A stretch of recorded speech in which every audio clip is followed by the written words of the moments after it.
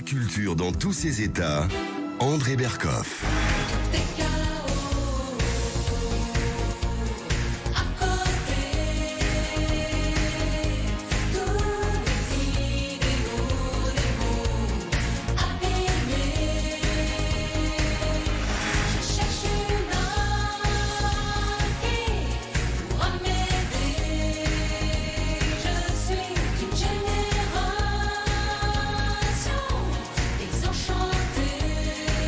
Et oui, vous le connaissez tous, la génération désenchantée de Mylène Farmer, chanson culte. Et bien là, c'est pas la génération désenchantée dont nous allons parler. C'est une génération fracturée. Fracturée comment ? Eh bien, on va en parler avec Alexandre Devecchio, le journaliste, l'écrivain, l'animateur, puisqu'il est aussi chez nous tous les dimanches. On va en parler, les nouveaux enfants du siècle. Alors ça veut dire quoi ? Ça veut dire que les gens nés dans les années 90, on est en 2024, et les gens qui ont aujourd'hui entre 25 et 30 ans, eh bien Alexandre Devecchio les a interviewés il y a une dizaine d'années, 8 à 10 ans, et ce qu'ils sont devenus a fait un livre tout à fait passionnant. On en parle tout de suite. La culture dans tous ses états, André Berkoff. Crucifions-les laïcars comme à Golgotha. Le polygame vaut bien mieux que la Miss Strauss-Kahn. Cherche pas de viande halal dans tes lasagnes, c'est que du cheval. Au croisement entre le voyou et le révérend. Si je te flingue dans mes rêves, je te demande pardon en me réveillant. Pour ceux qui connaissent bien le rap, ils ont reconnu Médine. Et pourquoi nous recevons Alexandre Devecchio aujourd'hui ? Parce qu'il a réédité un livre qui avait été édité aux éditions du Cerf il y a 8 ans, ou 10 ans, et il est réédité aujourd'hui. Et c'est passionnant de le lire aujourd'hui, encore plus, peut-être plus passionnant qu'hier, aux éditions Lexio. Alexandre Devecchio, vous êtes donc rédacteur en chef Débat Idées au Figaro, et vous animez tous les dimanches sur Sud Radio, en toute vérité, de 11h à midi. Et alors cette enquête est vraiment très passionnante parce qu'au fond, vous racontez, vous n'avez pas touché, je crois, un iota, mais sauf que vous avez fait une nouvelle préface. Mais ce qui est intéressant, c'est vous parler de ces générations qui sont nées donc en 85 et 95, pour la faire un peu large, mais qui aujourd'hui sont peut-être pas au pouvoir, mais sont en train de grignoter les années du pouvoir, et à la veille des élections présidentielles, européennes, vous allez voir à quel point ils étaient présents chez vous.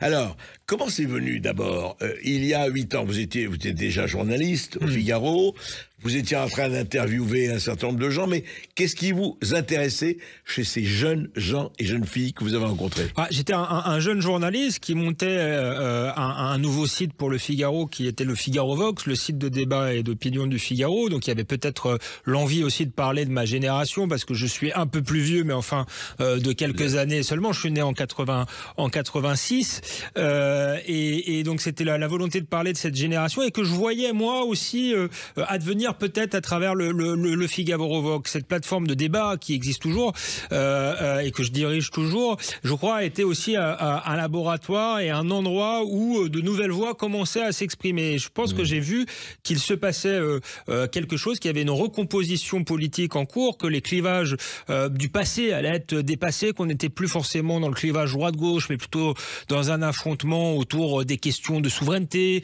d'identité. Souverainiste, etc. Exactement, c'était déjà le cas. Emmanuel Macron n'existait pas encore d'ailleurs, mais je sentais qu'il se passait quelque chose, et j'ai décidé d'aller enquêter. Alors il y a des gens qui dans cette enquête ont disparu, mais effectivement il y a certaines personnes qui à l'époque étaient d'illustres inconnus, comme Jordan Bardella, qui est né en 95, qui à l'époque était un simple militant FN du 93, et qui est dans le livre. Je le qualifie d'ailleurs de Rastignac du nouveau millénaire. J'avais identifié qu'il avait de l'ambition, et qui effectivement 10 ans après se retrouve chef du parti. Mais il y a aussi Sarah Knafo, qui là encore était simplement étudiante à Sciences Po. On pouvait pas, elle parle de Zemmour d'ailleurs dans le livre, il y a une citation, ce qui est fou, et elle pouvait pas imaginer qu'elle deviendrait sa compagne et sa conseillère, et qu'elle ferait une candidate, qu'elle ferait une campagne présidentielle avec lui. Et puis il y a Marion Maréchal, qui là j'ai un peu moins de nez parce qu'elle était déjà connue, elle était la plus jeune députée de France, ça, effectivement. Donc je lui consacre tout un chapitre. Et il y a également François-Xavier Bellamy, qui était une des figures émergentes de la Manif pour tous. L'observation aussi des événements, je crois, m'a guidé vers ce livre. La Manif pour tous, qui est un mouvement qu'on oublie aujourd'hui, mais qui est un mouvement aussi qui a donné naissance à une génération politique. Et puis c'est le moment du catholicisme, etc. Et c'est aussi, j'ai créé cela, le livre sort en 2016, je l'ai créé en 2015. C'est la vague d'attentats, Charlie Hebdo, le Bataclan qui touche des jeunes notamment, qui est très présent dans le livre. Et je sens que ça va être aussi un tournant politique qui va changer la donne politique pour les 10 prochaines années et peut-être beaucoup plus. Alors c'est très intéressant, je pense, de le lire avec le recul des 10 dernières années, des 8 à 10 dernières années, parce que vous l'aviez déjà classé, ces générations, puisque, encore une fois, elles peuvent être aussi désenchantées, mais elles sont surtout, comme vous le dites dans votre titre, fracturées. Alors vous les classez, c'est intéressant, vous les classez en plusieurs, disons, vous avez mis des noms, génération Dieudonné, on va en parler, génération Zemmour, et génération Michéa. Peut-être Michéa, c'est le moins connu d'ailleurs. C'est le moins connu. Ce qui est amusant aussi, c'est la génération Zemmour. Là encore, Zemmour ne fait pas de politique. À l'époque, c'est un collègue au Figaro. Il est au Figaro. Il vient de quitter On n'est pas couché. Il a écrit Le Suicide français. Donc c'est un personnage qui revient souvent dans la bouche de ceux que j'interviewe. Notamment, je l'ai dit, Sarah Knafo, mais aussi Jordan Bardella, mais aussi Marion Maréchal et bien d'autres.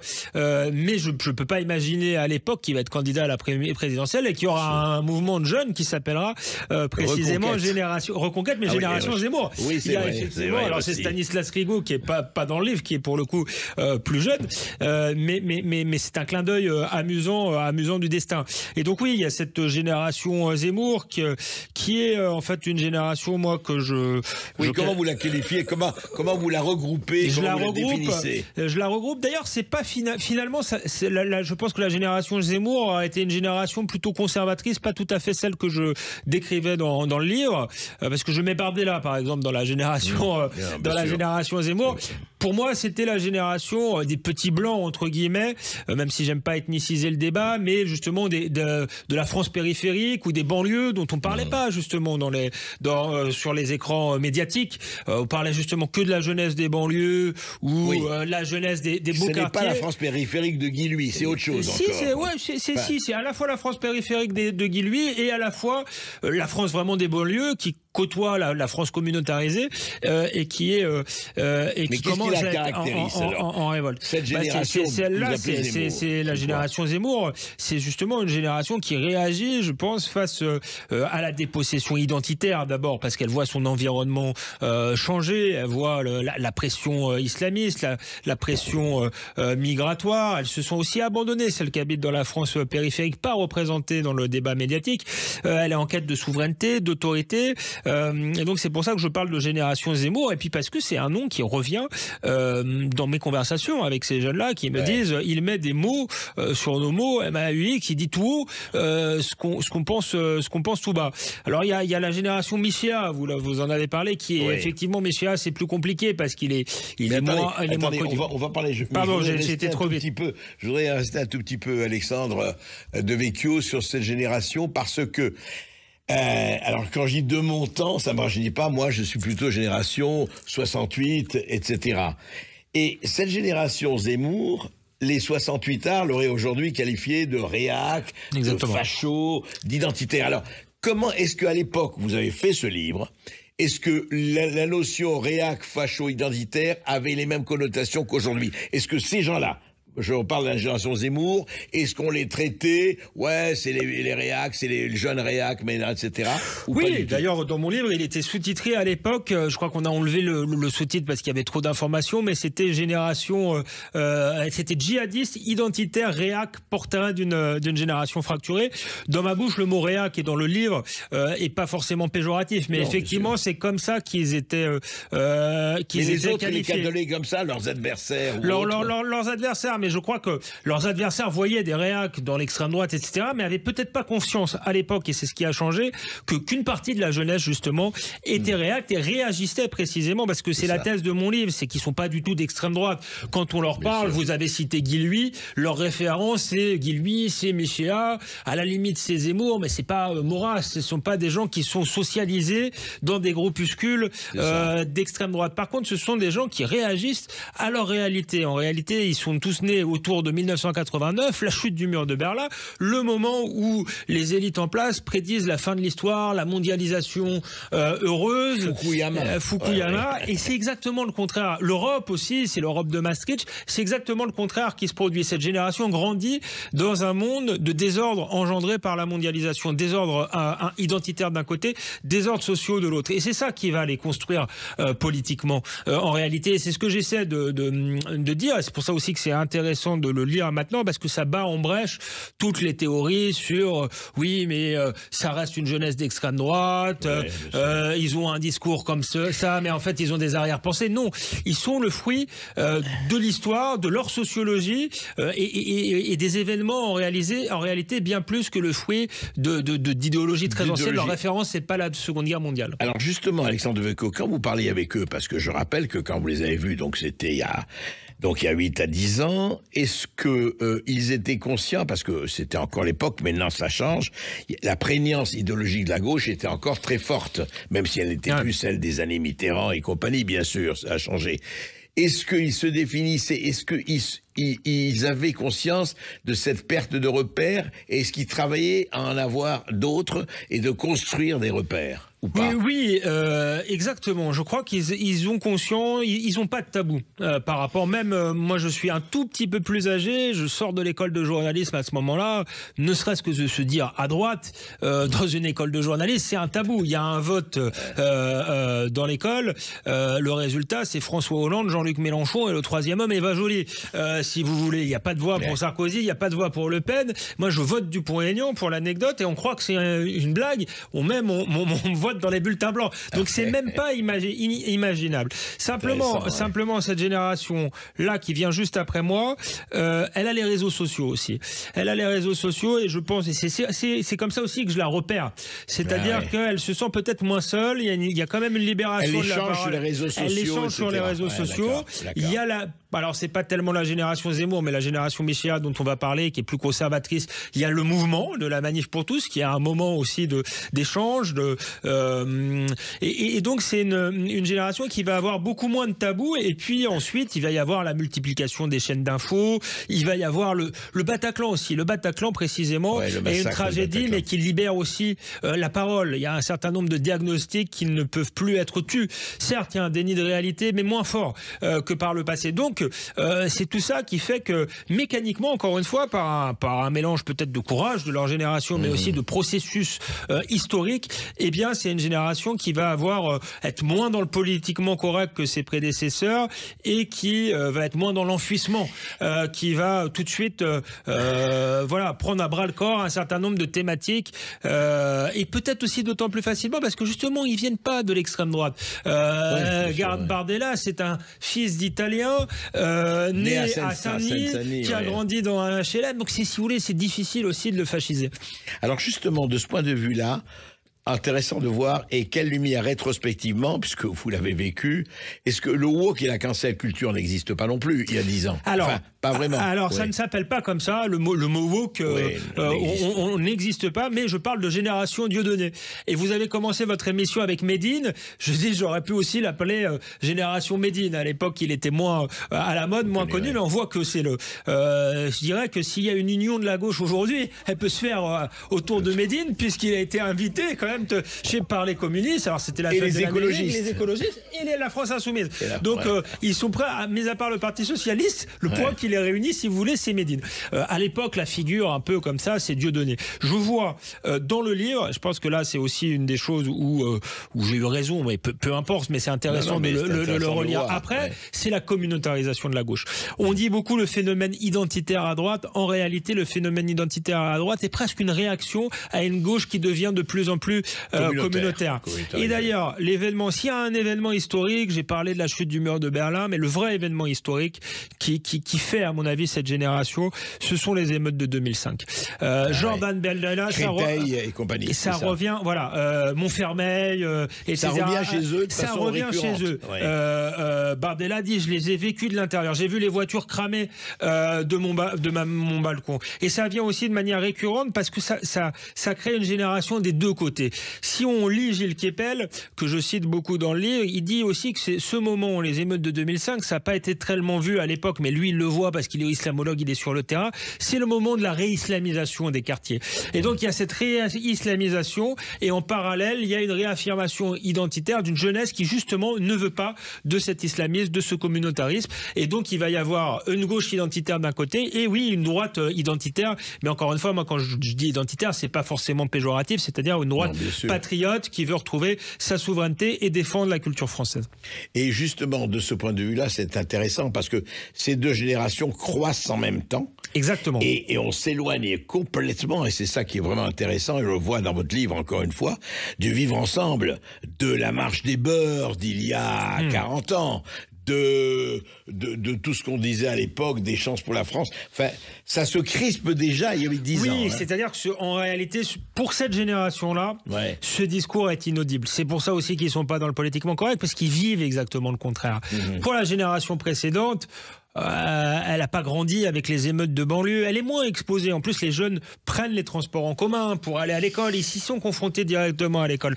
Donc je crois que cette fable du vivre ensemble, elle n'est pas audible pour cette génération-là, donc on n'est pas du tout là-dedans.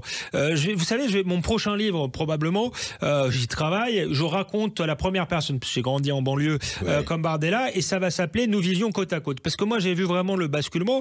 Quand j'étais gamin, si vous voulez, il n'y a jamais eu de vivre ensemble. C'est pas vrai. Le multiculturalisme euro, il y avait déjà des tensions, on se plaignait des racailles de banlieue, mais il n'y avait pas l'islam, il y avait une forme de côte à côte. Pas de vivre ensemble de côte à côte. Hélas, ce que raconte aussi le livre, j'espère qu'on pourra en sortir, parce que moi ça m'inquiète par certains aspects, on avance de plus en plus vers le fameux face-à-face de Gérard Collomb. On parlait Gérard Collomb, absolument. On va continuer à en parler après cette petite pause. Et c'est passionnant, cet inventaire, ce voyage à travers ces générations qui aujourd'hui sont là. Et aujourd'hui, c'est intéressant. La plupart de ceux que vous avez vus sont aujourd'hui en politique, parce qu'on disait que ça y est, les gens se désintéressent de la politique. Pas du tout. On va en parler tout de suite après cette petite pause. La culture dans tous ses états, André Berkoff. Pourquoi caillasser les pompiers quand ils viennent dans mon quartier pour sauver des vies? Pourquoi s'en prendre à la police? Pourquoi s'en prendre au salut de tous qui portent un uniforme alors qu'ils sont prêts à donner leur vie? Pourquoi? C'est une mode? Il va falloir réfléchir. Après le rap made in, le rap chaotique 747 qui lui, il est plutôt patriote, comme quoi effectivement les mêmes éléments sont là. Alors c'est une émission qu'on a préparée avec Céline Alonso qui est souffrante, donc elle ne pouvait pas être là, et je voudrais qu'on parle un peu justement, après avoir parlé de sa génération Zemmour, qu'on pourrait appeler aussi génération identitaire, souverainiste, patriote. Évidemment, il y a toutes les nuances, mais enfin, on se retrouve quand même quelque part dans le même camp. Et puis, il y a la génération Dieudonné. Est-ce qu'on pourrait dire que c'est une génération islamo-gauchiste? C'est un peu ça? Oui, c'est ça. C'est ce qu'on disait effectivement avant la pause. Le terme woke n'existe pas, mais on est dans un glissement communautaire de la gauche. Et il y a un élément d'ailleurs qui est très présent dans le livre. Il y a un chapitre qui s'appelle Petit blanc et petit juif, où je parle beaucoup déjà de la question de l'antisémitisme des banlieues. Oui, et je dis que voilà, les deux insultes en banlieue, c'est sale juif et sale blanc. Qui sont déjà très existantes et fréquentes. Exactement. Ouais. Et déjà, chez les jeunes juifs, le désamour de la gauche. C'est aussi ce que je raconte. C'est que les Juifs de ont longtemps été malgré tout à gauche, et c'est aussi une nouvelle génération. Voter socialiste, exactement, ouais. Et c'est une nouvelle génération qui l'est beaucoup moins parce que justement elle a vécu l'antisémitisme, et qui n'est pas un antisémitisme de l'extrême droite, mais un antisémitisme des banlieues. D'où le nom de génération effectivement Dieudonné, qui préfigure effectivement la génération islamo-gauchiste qu'on voit aujourd'hui, avec une alliance entre la jeunesse peut-être des grandes métropoles, même si c'est pas toute la jeunesse évidemment, et celle des banlieues, une alliance parfois contre nature, parce que effectivement entre le bobo de Sciences Po, gay friendly, et le jeune des banlieues parfois homophobe, il y a quand même une contradiction qui à mon avis ne peut pas tenir sur la durée. Alors justement, parlons de ça, sur ce côté, effectivement, comme les queer for Palestine et compagnie, enfin, on entend ça beaucoup. Mais dites-moi justement, cette génération, vous avez parlé de Bataclan, et puis il y a eu Charlie Hebdo, avant janvier 2015. Alors la génération Médine, Dieudonné et compagnie, est-ce qu'ils ont vécu cela, je ne dirais pas comme une victoire, mais le Bataclan ou Charlie, ou ce qui se passe ailleurs au Proche-Orient, à l'époque c'était l'État islamique, on était en plein État islamique, est-ce qu'ils l'ont vécu, encore une fois je parle des plus radicaux, comme justement des avancées, des victoires, ou pas? Alors, de ce que vous avez encore une fois, faut pas mettre tout le monde dans le même panier, mais quand on fait un livre, on essaie de penser une situation, on est obligé parfois de généraliser, et c'est vrai qu'il y avait des indices inquiétants avant même, je vais vous dire, le Bataclan. On a un peu oublié, mais les Vives Ben Laden au Stade de France, France-Algérie, et puis dans les banlieues, les tags en l'honneur de Ben Laden après le 11 septembre. Ce qui est frappant, ce qui avait été peu dit à l'époque, c'est qu'à la grande marche du 11 janvier après Charlie Hebdo, les banlieues ne sont pas là. Ne sont pas là, si vous voulez. Donc tous l'ont peut-être pas vécu comme une victoire, j'ose l'espérer, mais ça a sans doute été galvanisant pour les plus radicaux d'entre eux. Et d'ailleurs, je parle des djihadistes dans ce livre, même si c'est la pointe immergée de l'iceberg. Mais ce que je montre, malheureusement, et c'était une des erreurs de l'époque, on pensait que les djihadistes étaient des cas isolés, auto-radicalisés par Internet. Certains prétendaient que ça n'avait rien à voir avec l'islam. Au contraire, ils ont poussé sur un terreau qui était favorable. Et ce terreau-là n'était pas à Raqqa, si vous voulez. Il était parfois dans nos banlieues françaises. En Belgique, exactement, Saint-Denis, où a grandi Bardella, où on disait que oui, en plus il y a un face-à-face qui se met en place à ce moment-là entre ceux qui se réislamisent, qui deviennent radicaux en retrouvant leur origine supposée ou leur croyance supposée, et les autres.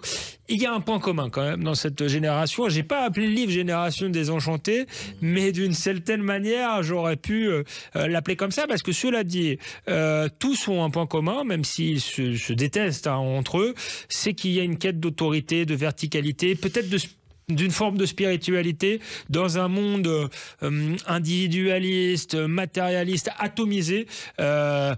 Effectivement, on a le retour des idéologies, et pour le cas de l'islamisme, d'une idéologie mortifère, mais je crois que c'est aussi dû à un besoin de transcendance de cette génération, que ce soit la génération Zemmour, Michéa ou Guillouet. Alors justement, parlons de ça. Ou Dieudonné.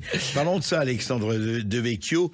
Qui sont leurs gourous ou leurs leaders? Vous avez parlé de Zemmour, Onfray, puis Guillouet, et puis Michéa, etc. Pour la génération islamo-gauchiste, parlons là comme ça, est-ce qu'il y a je ne dirais peut-être pas des gourous, enfin des leaders intellectuels ou des modèles? Je parle de Dieudonné qui apparaît, je ne sais pas si c'est un modèle, mais c'est une idole, une idole, voilà, parce qu'il incarne une forme de subversion qui les intéresse. Il y a Soral à l'époque qui est un peu passé de mode, et il y a Tariq Ramadan qui depuis a fini en prison, mais qui est très présent, qui est très présent dans le livre. Après, moi, je pense que ça va au-delà en fait des idoles. C'est que malheureusement le terreau il est dû à une immigration de masse, donc à des territoires de plus en plus homogènes culturellement, à le discours qui est véhiculé dans certaines mosquées, mais aussi dans les salles de sport, mais aussi à l'orée des écoles. Donc c'est un phénomène global. Tout ramener à un gourou serait réducteur, mais effectivement ils ont des modèles, des idoles, et à l'époque c'était plutôt Ramadan et Dieudonné, et aujourd'hui ça pourrait être Médine par exemple, ou d'autres. Ouais. Ce qui est intéressant dans la campagne des européennes, c'est aussi pour les européennes que j'ai fait reparaître ce livre, parce que c'était intéressant, c'est qu'effectivement on a Jordan Bardella d'un côté, mais on a Rima Malak de l'autre. Rissa Hassan, Rima Hassan, excusez-moi. Rima Hassan de l'autre, qui est en fait la vraie candidate de LFI. Et donc on voit qu'ils essaient de draguer un certain public à travers les questions communautaristes, à travers les questions identitaires, pas tellement à travers les questions européennes. Et ce qui est très intéressant, c'est que c'est focalisé autour de Gaza-Palestine, génocide et compagnie. Et moi, ce qui me frappe dans ces générations, c'est qu'ils ne parlent pas du tout du Darfour, de ce qui se passe chez les Ouïghours, des massacres qu'il y a eu un peu partout dans le monde, et Dieu sait s'il y en a, et hélas beaucoup plus grand. Ça ne veut pas dire qu'il faut oublier Gaza et la Palestine, bien sûr que pas, mais quand même, c'est très concentré. Oui, je pense que c'est très concentré, mais ça dit aussi des choses sur ce conflit, qui à mon avis est plus tout à fait un conflit territorial. Il y a une dimension territoriale qu'il faut pas nier, et à mon avis qu'il faut traiter politiquement, mais il y a une dimension religieuse, islamiste. Il y a beaucoup, et hélas, le Hamas, c'est très difficile, c'est même impossible de négocier avec des gens qui veulent pas d'un État. Ils veulent l'extermination des Juifs voilà, que des musulmans en terre d'islam. Donc, si c'est focalisé sur ce conflit-là, je crois que c'est pas un hasard. C'est parce qu'on a une jeunesse qui...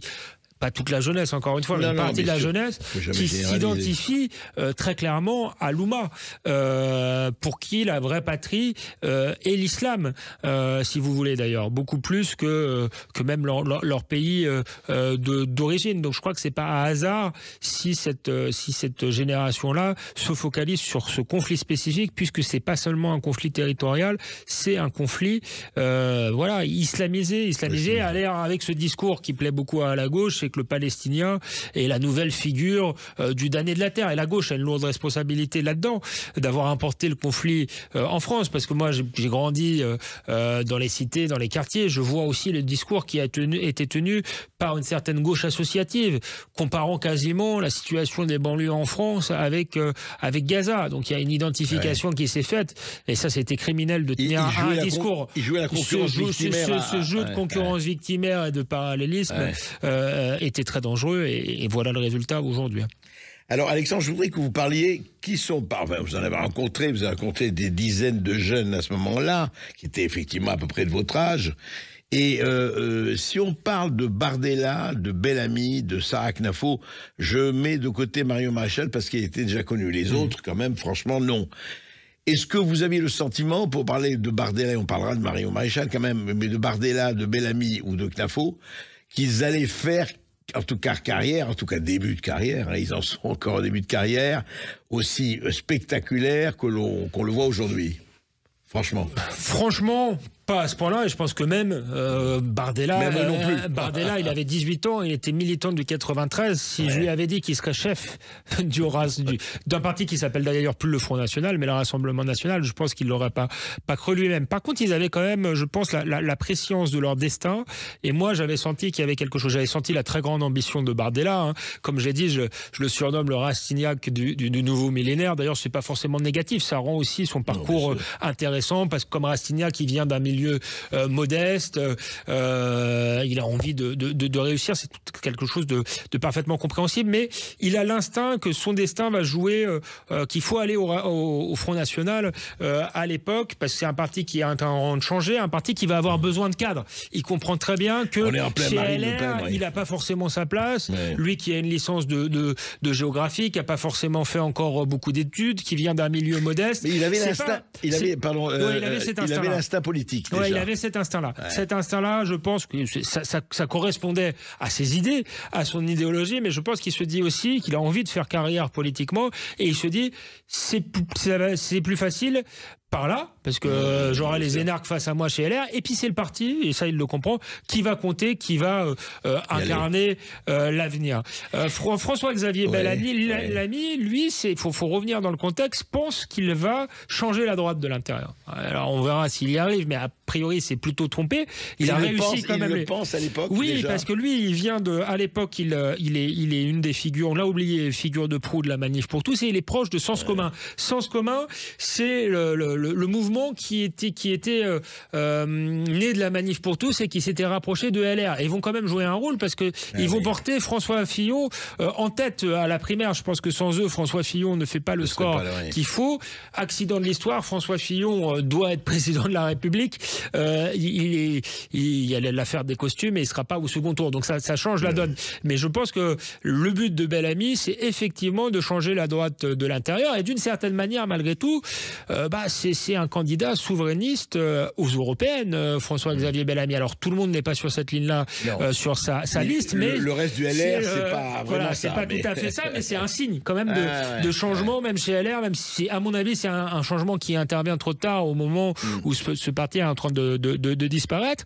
Marion Maréchal pense qu'elle va faire, elle est plus connue, mais elle se voit aussi un destin, c'est-à-dire de faire le lien entre la jeunesse conservatrice de la Manif pour tous, parce qu'elle devient très populaire elle aussi au moment de la Manif pour tous, et la jeunesse populaire qui vote RL, qui vote FN. Marion Maréchal est déjà députée, elle a déjà une popularité. Elle a déjà une popularité, mais si vous voulez, elle est déjà sur une ligne d'union des droites, ou du moins d'union entre la France populaire à laquelle parle Marine Le Pen et une France plus conservatrice. Elle se différencie déjà de Marine Le Pen, puisque Marine Le Pen, sur la Manif pour tous, elle s'en tient à distance, elle dit que c'est pas la question, etc., que Marion Maréchal s'engage. Donc il y avait déjà un élément qui pouvait voilà, et d'ailleurs je termine je pense le chapitre sur Marion Maréchal en me demandant si elle va rester au Front National alors qu'à l'époque voilà, Reconquête n'existe pas, donc ça c'est intéressant, on le voit déjà à l'époque.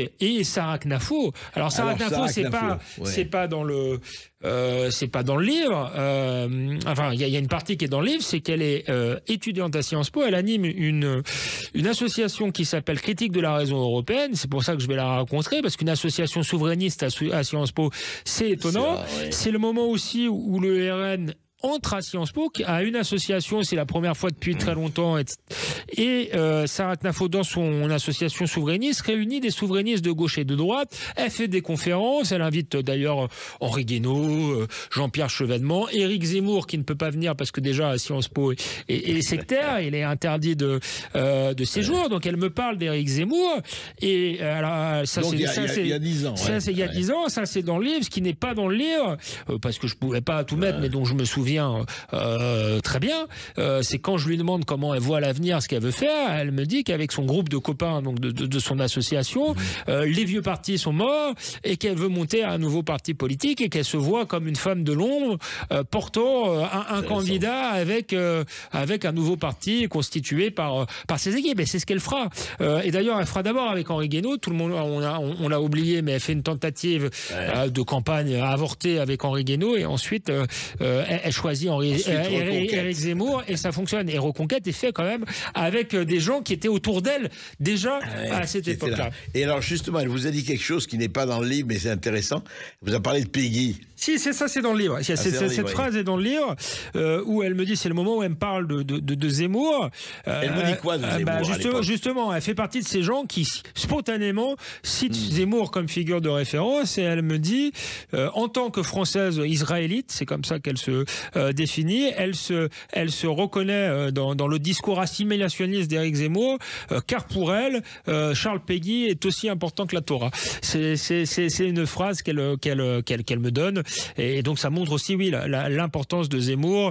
Comment aussi il a été un modèle pour une jeunesse. Alors voilà, Bardella aimait Zemmour en tant que fils d'immigrés italiens assimilés. Alors voilà, Sarah Knafo, fille de pieds noirs aussi, qui a une histoire particulière avec la France, s'identifie aussi à lui et à son discours très patriote, très très très assimilateur. Et donc il y a ça déjà. Les chemins de l'identité mènent à Rome. Et la Rome, elle est là. On se retrouve effectivement pour parler de cette jeunesse-là. C'est très intéressant comme itinéraire, au pluriel, avec Alexandre Devecchio. À tout de suite. La culture dans tous ses états, André Berkoff. Ma ligne de chance, dis-moi chérie, qu'est-ce que t'en penses? Oh, ce que j'en pense, quelle importance. C'est fou ce que j'aime ta ligne de hanche. Ta ligne de hanche. Qu'est-ce que je fais? C'est pas quoi faire. Qu'est-ce que je fais? C'est pas quoi faire. Et oui, ça date, mais c'est tellement écrit de la jeunesse, c'est Anna Karina et Jean-Paul Belmondo dans Pierrot le Fou de Jean-Luc Godard, bien sûr. Et alors justement, Alexandre Devecchio, vous nous avez décrit tous ces jeunes, qu'ils soient réacs, qu'ils soient djihadistes, qu'ils soient islamo-gauchistes, qu'ils soient identitaires, qu'ils soient souverainistes, qu'ils soient, etc., conservateurs, qui, voilà, et encore une fois, c'est très intéressant de les voir aujourd'hui, 10 ans après.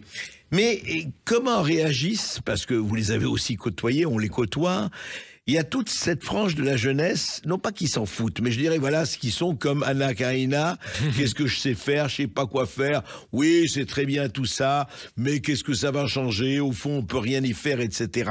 Est-ce que vous avez l'impression aujourd'hui que vous qui suivez ça depuis au moins une bonne dizaine d'années, sinon plus, est-ce que les choses dans cette classe d'âge, dans cette génération née entre 85 et 95, pour choisir ça, est-ce que la politisation où à un moment donné on disait c'est fini, vous savez, génération désenchantée justement, de Mylène Farmer, est-ce que vous avez l'impression que ce que font les Bardella, les Bellamy, les Knafo, les Maréchal, les Dieudonné et tous les autres, ou les Rima Hassan, etc., est-ce que ça gagne du terrain? Est-ce que les gens sont plus concernés? Ou il y aura toujours cette frange qui...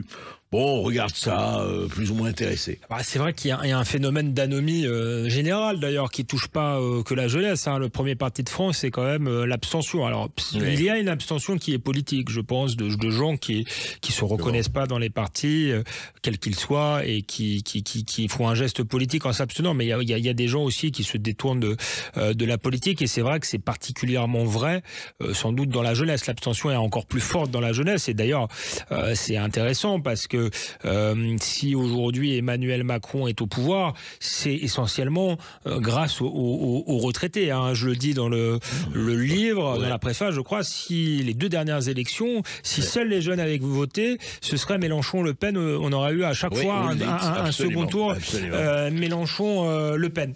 Donc c'est vrai qu'il y a peut-être une dépolitisation d'une partie de la jeunesse. Je suis... moins jeune qu'à l'époque. Je voudrais vous citer exactement, ainsi que Le Monde les enquêtes, si seuls les 18-34 ans avaient voté au premier tour en 2017 et en 2022, ils ne seraient pas qualifiés pour le second, on parle de Mélenchon. De Macron. De Macron, excusez-moi. Ils ne seraient pas qualifiés pour le second, qui par 2 fois aurait opposé Marine Le Pen et Jean-Luc Mélenchon. Oui, tout à fait. Tout à fait. Ça traduit quoi, ça, à votre avis ? ça traduit le poids démographique des retraités en France. Ça, c'est un phénomène historique, mais un poids démographique qui est peut-être accru effectivement par une dépolitisation d'une partie de la jeunesse. Ce sera un autre livre, peut-être à faire par un plus jeune que moi, mais la génération TikTok, par exemple, autant à l'époque je m'intéressais aux réseaux sociaux, etc. Je m'y intéresse toujours, mais enfin Twitter, Facebook, TikTok, ça me paraît être encore un autre monde, mais en même temps c'est un lieu de politisation, hein, puisque Jean-Luc Mélenchon est une star justement sur Twitter, il l'a investi. Donc je pense qu'il y a un dégoût général de la politique qui est pas propre à la jeunesse, qui est peut-être un peu accentué sur la jeunesse. Maintenant, je pense malgré tout que ces nouveaux enfants du siècle que je décris dans mon livre sont pas seulement une minorité agissante, ils sont le reflet des forces politiques du futur, puisque je l'ai dit, par 2 fois on aurait pu avoir Marine Le Pen et Mélenchon au second tour. La 3e fois sera peut-être la fois où ça y arrivera, justement parce qu'il y a un phénomène de basculement démographique, le poids de la génération du baby-boom, qui est la génération qui a défini les codes de la vie politique depuis 40 ans. Les grands clivages est une génération dont le poids va diminuer pour des raisons démographiques, et le poids de la jeunesse va augmenter. Des jeunes qui vont devenir moins jeunes, mais qui vont avoir un poids électoral de plus en plus important. Donc je fais le pari que l'affrontement entre la génération woke et la génération réac va être l'affrontement de ce début de 21e siècle. Oui, c'est ça. Les deux trains de l'islamo-gauchisme, du wokisme, des identitaires, de ce qu'on appelle les réacs, va effectivement, le problème de savoir s'ils sont sur la même voie et qu'ils vont aller en sens inverse. Oui, et que ça va être le choc. Ça va être un choc entre les deux. Et c'est pour ça que dans mon livre, dans ma préface, moi je fais pas partie de ceux qui disent faut surtout pas parler de questions identitaires, faut parler que de questions économiques. Je pense que c'est une réalité qu'il faut affronter. Par contre, un débat entièrement polarisé sur ces questions-là laisse augurer d'un avenir quand même compliqué, puisque c'est des questions politiquement, et vous en savez quelque chose, vous qui connaissez le Liban, beaucoup plus compliquées à résoudre que des simples questions économiques et sociales. Donc ça laisse augurer d'un avenir très compliqué. C'est pour ça aussi que je parlais de génération fracturée. C'est la génération des fractures françaises, et il est à craindre que ces fractures vont être de plus en plus béantes à l'avenir. En même temps, s'il faut mettre une note d'optimisme, c'est ce que je vous disais, c'est que ce qui est intéressant avec ces jeunes, même ceux qui m'inquiètent beaucoup, la génération Dieudonné, c'est qu'il y a une quête d'autorité, de verticalité, de transcendance. Donc il y a peut-être quelque chose de bon à faire de tout ça si justement on arrive à dépasser les identités particulières. Il faut aussi que la jeunesse nationaliste ne s'enferme pas à son tour dans un discours communautariste. Je parlais de petits blancs tout à l'heure, parce qu'il faut bien nommer les choses, mais je ne voudrais pas d'un pays recroquevillé sur une identité purement ethnique. Donc je crois qu'il y a quelque chose à faire justement avec l'identité nationale pour qu'elle soit attirante pour tout le monde, y compris pour ceux qui sont aujourd'hui très loin, qui se reconnaissent dans l'islam. Peut-être que si on portait plus fièrement le drapeau français, on pourrait en récupérer une partie d'entre eux, ou en tout cas dans les générations futures. Et apprendre peut-être un peu partout, y compris à l'école, ce que sont les valeurs, et que le tsunami économique ne noie pas tout ça. C'est ça aussi. Oui, il y a le tsunami économique, le désordre de la mondialisation, de l'uniformisation du monde. L'uniformisation du monde produit aussi en retour la renaissance des identités. Marshall McLuhan disait le village global, quand on entend les tam-tams, c'est le retour des tribus. Et des tribus. Voilà. C'est exactement ce qu'il faut éviter, je crois. C'est effectivement l'affrontement des tribus. Merci Alexandre Devecchio. Je rappelle, enquête sur génération fracturée, les nouveaux enfants du siècle, et je rappelle que vous êtes tous les dimanches, le jour du Seigneur, entre 11h et midi, sur Sud Radio. Voilà, en toute vérité, sur Sud Radio. Merci André.